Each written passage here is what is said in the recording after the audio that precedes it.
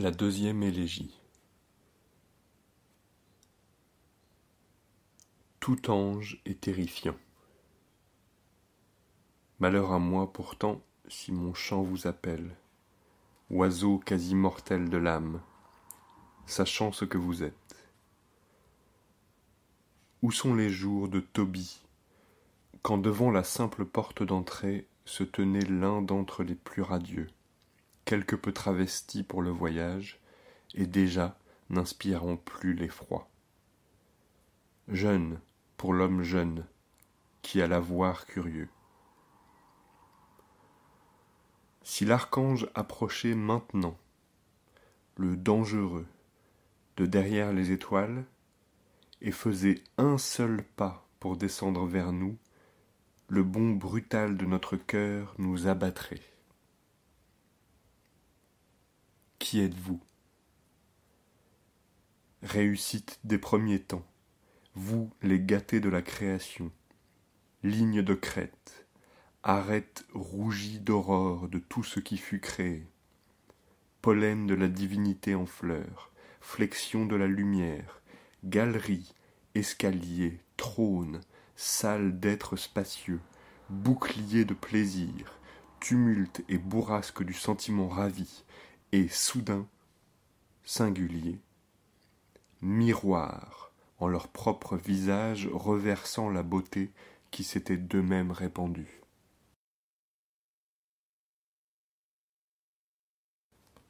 Nous, nos sensations nous diluent, car nous expirons, notre souffle se perd.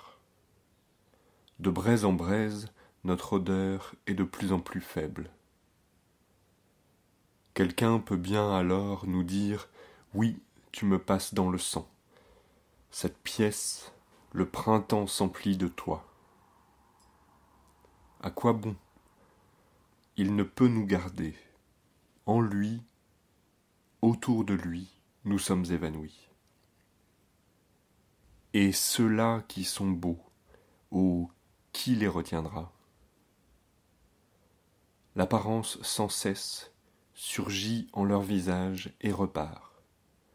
Comme une rosée quittant l'herbe première, tout ce qui est de nous nous quitte, comme la chaleur d'un plat très chaud. Ô sourire, mais où? Ô levez les yeux. Nouvelle onde du cœur, chaude et s'en allant.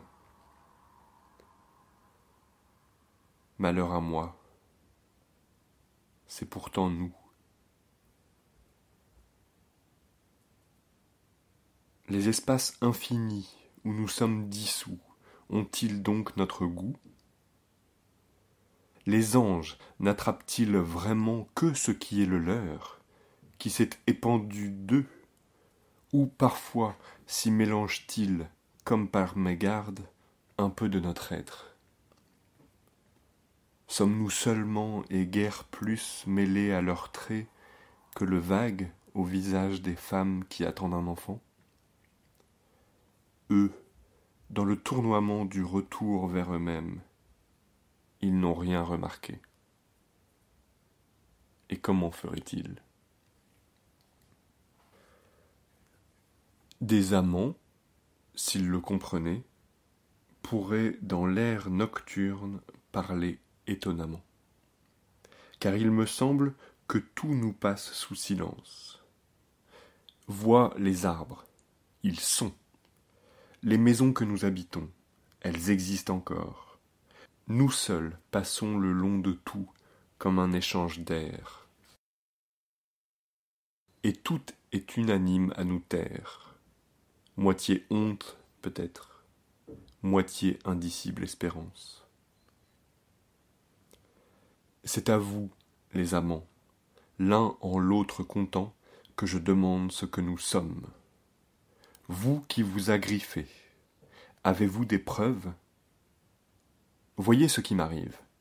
Mes mains qui l'une l'autre s'apprennent, ou mon visage usagé qui en elles se ménage. Cela me donne un peu de sentiment. Qui oserait pourtant rien que pour cela être.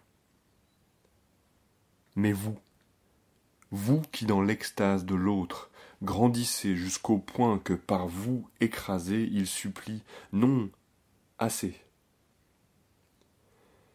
qui sous vos mains devenez plus abondants comme des années à raisin, vous qui parfois périssez simplement parce que l'autre l'emporte entièrement, c'est à vous que je demande ce que nous sommes.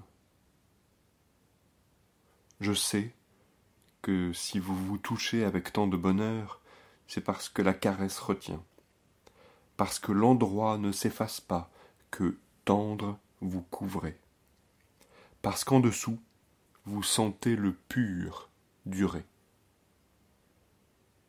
Ainsi vous promettez-vous presque de l'étreinte l'éternité.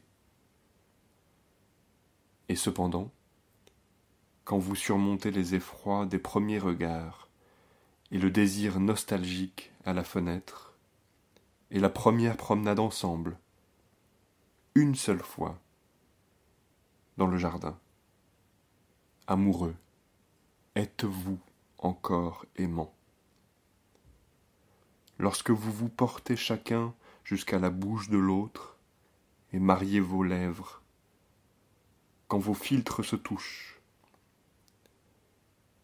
oh, comme étrangement alors le buveur échappe à l'action. Sur les stèles d'Attique, ne vous a-t-elle pas étonné la prudence du geste humain? N'était-il pas l'amour et l'adieu sur les épaules si légèrement posées qu'on les eût crus faits d'une autre matière que chez nous? Vous souvient-il des mains, comme peu, s'appuyant? Elles pressent, bien qu'il y ait dans les torses la force. Ces dominés savaient par là, nous allons jusqu'ici, ceci est nôtre. De nous toucher ainsi, les dieux s'appuient sur nous plus fort encore. Mais c'est l'affaire des dieux. Si nous aussi, nous pouvions trouver un peu de pure et mince humanité retenue, un essart de terre fertile qui fût à nous, entre le fleuve et la roche, car notre propre cœur nous surmonte toujours comme eux, et nous ne pouvons plus le suivre du regard, jusque dans les images qui l'apaisent, ni jusqu'en les corps divins où, plus grands, ils se tempèrent.